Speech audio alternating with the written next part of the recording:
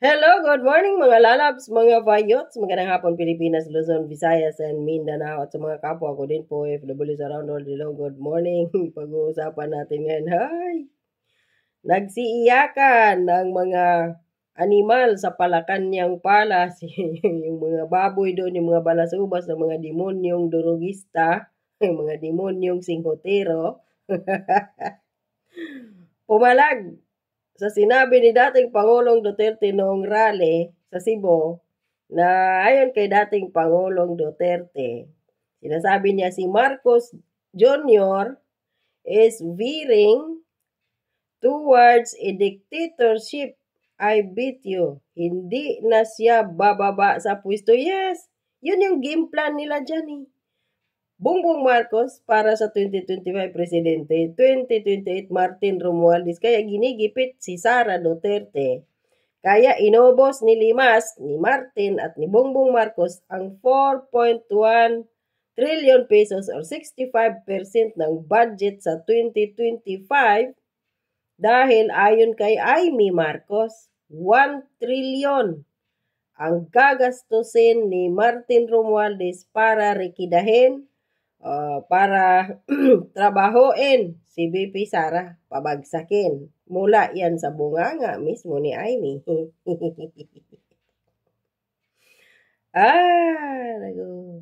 Hindi na siya mababa dahil nga si Martin sa 2028 at 2034 si Sandro. Yung the piso is weak is the dollar because the dollar is high at si Mr. Dragon Fruit. Hanggang ngayon, saan yung Dragon Fruit ni Sandro? Ay, naku po. Hindi malayo, mga lalabs, mga bayots, ang sinasabi ni Duterte. Hindi na bababa pagkatapos ng term niya. Parihas ng tatay niya. Magkakaproblema tayo dahil ang gagawin niya ay magdideklara ulit ng martial law. Ang ginawa, tulad ng ginawa ng tatay niya. Pag may martial law, walang eleksyon. Correct. Tama naman. At tumawa si Manny Pacquiao doon. Nung panahon ng kampanya 2022 presidential election, ay sinabi din ni Pacquiao, yung putang inang Manny Pacquiao na yan, nakala mo langaw, yung mapula yung puwit na kung saan yung may umbok ng malalaking tae, andun siya nakapatong sa ibabaw, pasintabi kung may kumakain.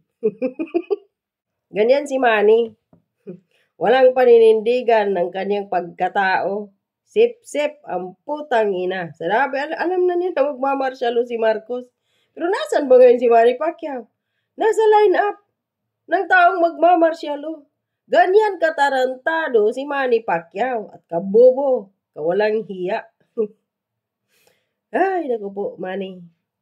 So sabi dito, pumalag ang Malacanang mga lalabs, mga bayot sa umiyak. Ang mga adictos, benedictos, na mga singhoteros, na mga balasubas, na mga damonyo sa Malacanang Palace sa sinabi ni Duterte dahil nabuking sila sa plano. At deny na. Ay, naku po. So ito, mamaya tayo, basahin ko muna ito, tapos magbigay ko ng reaction. Ayon dito sa Abante News Online, pumalag ang Malacanang Palace. Ang Malacanang sa pahayag ni dating Pangulong Rodrigo Duterte na ibabalik ni Pangulong Ferdinand Marcos Jr. ang diktadura sa bansa. Hindi ba halata? Na ngayon pa nga lang, silent martial law na po ang ginagawa ni Bongbong Marcos. Lahat ng kritiko na nag-question sa kanyang administrasyon. Ano ang ginawa niya ngayon? Binababoy niya. Nauna doon kay Pastor Kibuloy na ang laki ng kanyang naitulong dito sa walang utang na loob, na dugyot ang mukha, na walang ligo, mukhang walang hilamos at walang toothbrush mula pinanganak na presidenteng si Bongbong Marcos na naninilaw-nilaw ang ngipin ng putang ina. No? Anong ginawa niya kay Kibuloy? Nag-umpisa lang yun tandaan ninyo. Nung nag-question si Kibuloy doon sa kanyang suna ba yun? Na nasaan walang binanggit doon si Bongbong Marcos about sa national security. na yun yung number 1 importante sa Pilipinas. Kaya ngayon laganap ang patayan, nakawan, droga, unlimited ang pagpasok. Na kunwari, nasabat, pero pagkatapos masabat, nasaan na? Pinaghati-hatian na. At back to merkado. Bibinta yung iba, sisinghotin. Ay. Doon nag-umpisa si Marcos Jr. Binaboy na niya ang KOGC. Binaboy na niya si Kibuloy. Oh.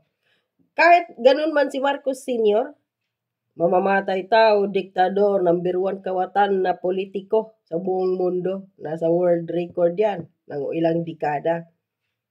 Pero wala pa tayong narinig na mga balita na si Marcos Sr. ay nambaboy ng simbahan.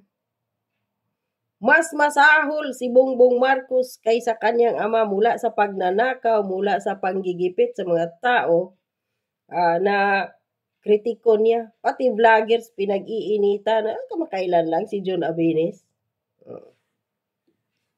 Inutusan yung Capri na yan. Pagdasal natin na sana mamatay ng animal na yan, masagasaan sana si Capri Torre. Or masaksak ng adik dyan. Animal yan eh. Magabaan sana yan. Putang inang mukhang bisogong napaig na nasunog na inihaw. So sabi pa dito, we treat the former president baseless and ridiculous statement in the same way that Filipinos are dismissive of them. Andyan na naman kayo sa sinasabi ninyong baseless, ridiculous statement, fake news. Hoy, putang inang bersamin, naamoy lupang animal, nasing hotero di magpa-drug test kang yawa ka. Papil mo dyan sa Malacanang, tagapunas ka lang ng mga tae, soka, at dumi ni Marcos Jr. sa publiko. Una na ninyong dalawa, dininay noon ang sinabi ni Congressman Ongab at ni dating Pangulong Duterte doon sa BICAM na yon. Na nang scam si Marcos Jr. At ngayon, na-prove na talaga na 65% ang kanyang ninakaw. Sa budget 2025, wala pang first quarter ng taon, limas ng 3/4. Nag-deny kayo doon. Anong nangyari katagalan? Dahil hindi na ninyo talaga ma-deny ang BICAM na yan, by scam ninyong ginawa. O naghugas kamay ka, bersamin. Nagturo ka sa kamara. Tapos ngayon, ito na naman. Sasabihin mo na naman dito na dismissive lying, atol tale from a man prone to lying. Kayo yon, hindi si Duterte. Dahil never pa si Duterte nag-deny pagkatapos niyang magsabi ng ganito ganoon, kagaya sa inyo. Pagkatapos niyang mag-deny doon sa 2025 budget, magturo kayo. Kayo ang sinungaling, hindi si Duterte. Pinagtatawanan nga lang kayo ni Digong. Sabi siguro yung Duterte, potangin na ninyo. Lying and to inventing hoaxes. Wow, si Duterte pa ganang nag-invento ng mga maling balita. Sabi ni Executive Secretary Bersamin sa isang pahayag, this hoax is another budol emerging from a one-man fake news factory. Wow. Sinabi mo na to dati doon sa ulitin ko ulit. Sa BICAM na 2025 budget enrolled pa nga yun 13 pages, 28 blank items. Sinabi mo din, Bersamin, kay Duterte ito. Fake news factory. So, sino yung katagalan? Naghugas kamay kayo. Ikaw. Mukha mo. Piki. Putang ina ka. As our actions have consistently demonstrated, and we will stay, of course, in upholding the Constitution. Wow. Upholding a Constitution, in adhering the rule of law. Wow. Sarap. Ito pa. And and in respecting the rights of the people. Saan? Unang-una kay Tibes, anong ginawa ni Martin Romualdez? Pinatanggal bilang isang kongresista na halal ng kanyang distrito. Anong nangyari? Si Martin Romualdez nag-take over ng kanyang lugar. Lahat ng budget ng lugar ni Tibes doon sa Negros, si Martin Romualdez nakikinabang. Walang project. Pangalawa, sabi mo, respecting the rights, respecting o adhering the rule of law. Yung ginawa ba ni Marcos Jr. na pambababoy sa QOJC? Nag-adhere ba kayo sa rule of law? Wala. Ang dami ninyong ginawang mga paglabag sa batas. Naturingan ka pa naman, Bersamin, na dating Chief Justice na inupo dyan ni Duterte sa Korte Suprema. Putang inang amoy lupa na matandang ito. Kunin ka na sana ng lupa. Sabi pa niya dito, respecting the rights of the people. Kailan kayo nagrespeto? Na kahit nga mga vloggers, pinag-iinitan ninyo dahil nabubulgar ang kanilang ang mga kababuyan ng amo mo dyan. Hindi, yung mga vloggers, hindi magaya doon sa hindi gumagaya sa mga putang inang mga prostitute na mga media na nasusuhulan ng pira. O kaya ngayon yung pinag-iinitan ninyo, gusto na naman ninyong ipakulong. Respect the rights of law. Wala kayong sa tao.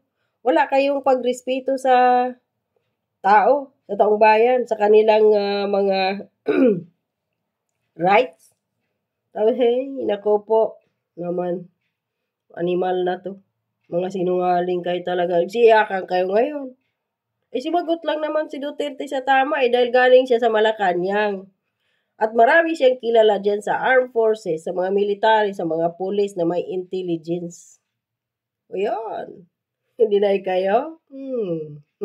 At hindi malabong mangyari yun dahil bakit si Marcos Jr. ay idol na ang kanyang ama. Nalaman niya na masarap ang buhay bilang presidente. Trilyon ang kanyang nakukuha sa kaban ng bayan. Kaya isa sa rason na hindi siya nakakatulog. Aside sa hindi siya makatulog sa pagnanakaw ng trillions of pesos mula sa taxpayers, hindi din siya makakatulog kung paano pabagsakin ang Duterte at lalong hindi siya nakakatulog dahil sa kakabatak araw man o gabi.